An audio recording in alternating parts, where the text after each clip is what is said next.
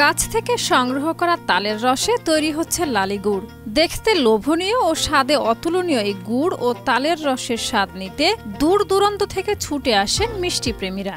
এখানে তালের রস পাওয়া যায়, আমরা অনেক আগে থেকে শুনছি, কখনো খাই নাই। আমার ফ্রেন্ড সার্কেলরা খাইছে বিধায় আজকে আসছি তালের রস খাইতে। এটা খাইতে একদম সুস্বাদু। জয়পুরহাটের খেতলাল উপজেলার গ্রামীণ জনপদে দিন দিন জনপ্রিয় হয়ে উঠছে সুস্বাদু পানীয় তালের রস। গ্রীষ্মের শুরুতেই উপজেলার বিভিন্ন এলাকায় ফসলের মাঠ, পুকুর পাড়, গ্রামের রাস্তার দুই পাশে সারি সারি তাল গাছের দৃশ্য চোখে পড়ে। এই তাল গাছগুলো থেকে রস সংগ্রহ করে জীবিকা নির্বাহ করছেন এলাকার শত শত নিম্ন আয়ের মানুষ। 80-90 দিনে গাছ লাগে, মোটামুটি সংসার আমাদের মোটামুটি ভালো চলে এবং এখান থেকে কিছু 10 টাকা আয় হয়। অন্য সংসারের পাশাপাশি এই কাজটা আমরা করি। কালার এক্সপার্ট, জর্জ স্যাপ এবং মাইল্ড অন হ্যান্ডস টেকনোলজি সমৃদ্ধ অরিক্স ক্রিস্টাল ওয়াশ আপনার 3 মাস ধরে। স্থানীয় প্রবীণরা জানান, বজ্রপাত রোধে কার্যকর হওয়ায় এবং পারিবারিক প্রয়োজনেই তারা রাস্তার ধারে, কৃষি জমির পাশে ও পুকুর পাড়ে তাল গাছ রোপণ করেছিলেন বহু বছর আগে। এখন এই তাল গাছগুলো যেন হয়ে উঠেছে আয়ের অন্যতম উৎস। প্রতি বছর চৈত্র মাস থেকে শুরু করে জ্যৈষ্ঠ মাস পর্যন্ত চলে তাল গাছ থেকে রস সংগ্রহের কাজ।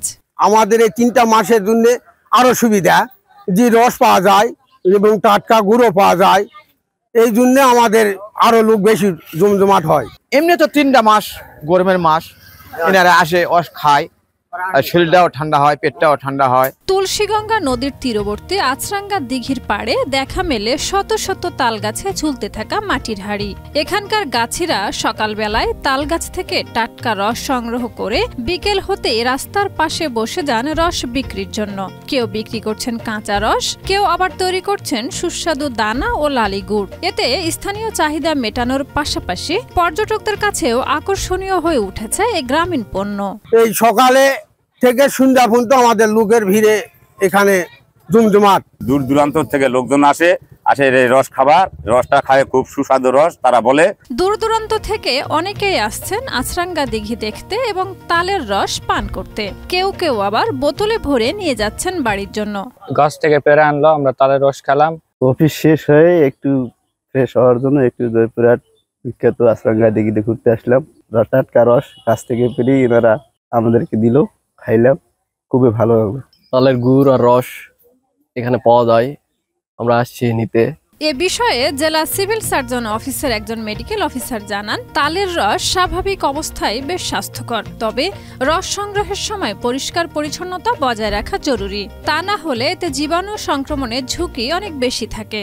জয়পুরহাট জেলার বিভিন্ন এলাকায় তালের রস খাওয়ার একটা খবর আমরা পাচ্ছি। আসলে তালের রস খাওয়ার মাধ্যমে কোনো স্বাস্থ্য উপকারিতার তেমন কোনো উপকার নেই, তবে এর ক্ষতির সম্ভাবনাই বেশি। কারণ আমরা জানি বাদুর, খেজুর, তালের রস এগুলো খেয়ে থাকে, আর অনেকে খেজুরের রস এবং তালের রস থেকে গুড় তৈরি করে থাকেন। গুড় খেতে কোনো সমস্যা নেই, গুড়ের কোনো স্বাস্থ্য ঝুঁকি নেই, কারণ আমরা জানি যে 60 থেকে 70 ডিগ্রি সেলসিয়াস তাপমাত্রায় ফুটালে ভাইরাস ধ্বংস হয়ে যায়, 100 ডিগ্রি সেলসিয়াসের উপরে ফুটালে ব্যাকটেরিয়া ধ্বংস হয়ে যায়।